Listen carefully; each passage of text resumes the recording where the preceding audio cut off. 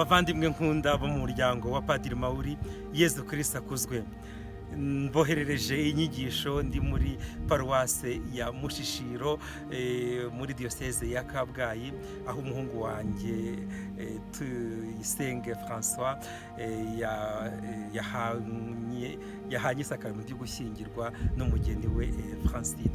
Iye ni iby'agaciro rero, uwo mwana nawe yabaye muri famille spirituelle ayikuriramo, ndamuherekeza. Kubona rero yahisemo iri sakaramentu ryo gushyingirwa ni ibintu byiza bidutera akanyamuneza kandi bigadutera no kwishima. Mukomeze rero iyo couple nshyashya ivutse, muyisabire kugira ngo babashe nyine kugera ku butagatifu banyuze muri iryo sakaramentu rigaragaza by'umwihariko urukundo rwa Kristo na Kiliziya ye. Kuri iki cyumweru cya 25 mu byumweru bisanzwe by'umwaka wa liturujia, umwaka ca, Yezu yongeye kuza aduha ingabire y'ijambo rye, aduha ibyiza byose bikubiye mu ijambo rye. Mu isomo rya mbere twabonye isomo twahawe rivuye mu gitabo cy'umuhanuzi Amos, batubwira bati umuhanuzi arashaka kwihanangiriza ko tutagomba kuba abakristu bo b'iminsi mikuru gusa. Iminsi mikuru twitware neza mu gihe cy'iminsi mikuru cyangwa mu gihe kidasanzwe, hanyuma ibindi bihe nyine tugire iminzani tuyice, dukore ibintu byose nyine n'abandi batamenye Imana bakora kandi ibintu bibi. Isomo rya mbere rero itubwira ko nimba uri umukristu, nimba koko uzi Imana, ibyo bigomba kugaragarira mu buzima bwa buri munsi, ntabwo ari mu minsi mikuru gusa cyangwa ibihe bidasanzwe runaka. Bavandimwe rero dufatanye kugira ngo tugaragaze ubukristo bwacu, kandi nidufatanya nta kabuza ubwo bukristo buzagaragarira bose kandi bazishima, bongere bagarukire Imana kubera ko babonye ko natwe twayigarukiye nyine bihereye mu bukristo bwacu tugaragaza cyane cyane mu mirimo yacu, imirimo ya buri munsi, imirimo dushinzwe mu isi, kandi iyo mirimo ikaba inagamije no kututagatifuza, ahubwo ntabwo igamije namba kugira ngo natwe tube ab'isi cyangwa twiyarinye ku mitekerereze y'ab'isi. Mwumva rero kuko turi umuryango, tugerageze twumve ko tugomba gufatanya kugira ngo izo mpano z'Imana zitugaragarire, ibyo turi byo bigaragare kandi bigaragarire buri muntu wese.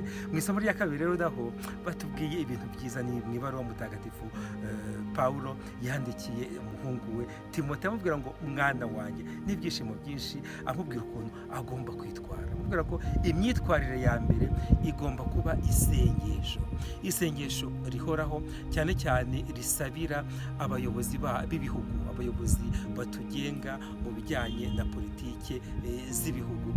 Bavandimwe rero, ayo masengesho ni ngombwa. Kenshi na kenshi usanga dutwarwa na za kritike twakorera abayobozi runaka kubera ko wenda badakora ibintu ko twakabyifuje, ahubwo kugira ngo tubakritike tugerageze tubasabire kandi koko kugira ngo batuyobore mu mahoro kandi bageze ku majyambere ibihugu byabo, kandi hatibagiranye n'amajyambere ya roho. Cyane cyane hari igihe abantu bahugira mu iterambere runaka ku bijyanye n'umubiri, ariko bagasigara inyuma mu bijyanye n'iterambere rya roho. Dufatanye rero dusabire abatuyobora, abakuru b'ibihugu, abakuru b'imiryango runaka, kugira ngo babashe nyine gukoresha ubwo uburyo Imana yabahaye, izo ngabire Imana yabahaye, bayobore abaturage babo mu mahoro no mu byishimo.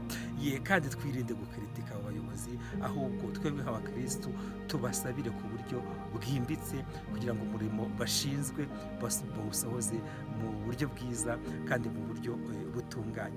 Ivanjiri rero nayo yatubwiye ibintu byiza. Nanone Yezu biranatangaje tout de même, kubera ko Yezu aragenda yatanze urugero rw'uriya munyabintu utameze neza, umunyabintu w'indyarya, umunyabintu utabikora neza. Ubwo shebuja abonye ko yabikoraga nabi, aramubwira ati ngiye kugukora kuri iyo mirimo. akaba yatangira kwishakira nyine amaronko uko azabaho igihe azaba yirukanwe.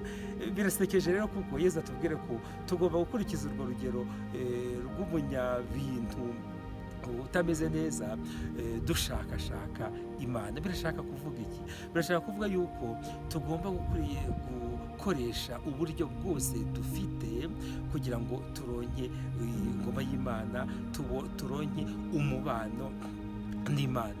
Birumvikana ko ntabwo twavuga ngo tujye kwiba kugira ngo tubashe kugera ku Mana, ahubwo dufite uburyo bwinshi Imana yaduhaye dushobora gukoresha kugira ngo tuyigereho kandi tubashe kuryoherwa nyine n'ibyiza.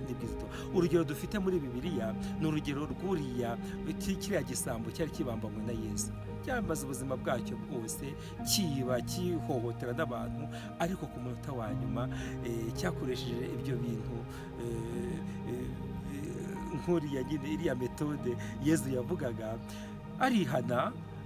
Ku munota wa nyuma Imana iramwumva, kandi kuko ihita imuha icyo yasabaga: uzanyibuke mu gihe uzaba wageze mu bwami bwawe. Murumva rero dufite uburyo bwinshi kandi butandukanye dushobora gukoresha kugira ngo duhure n'Imana, kugira ngo turonke ubuzima bwayo, kandi ubuzima bwayo ntabwo ari ubuzima buzaza tuzagira muri paradizo.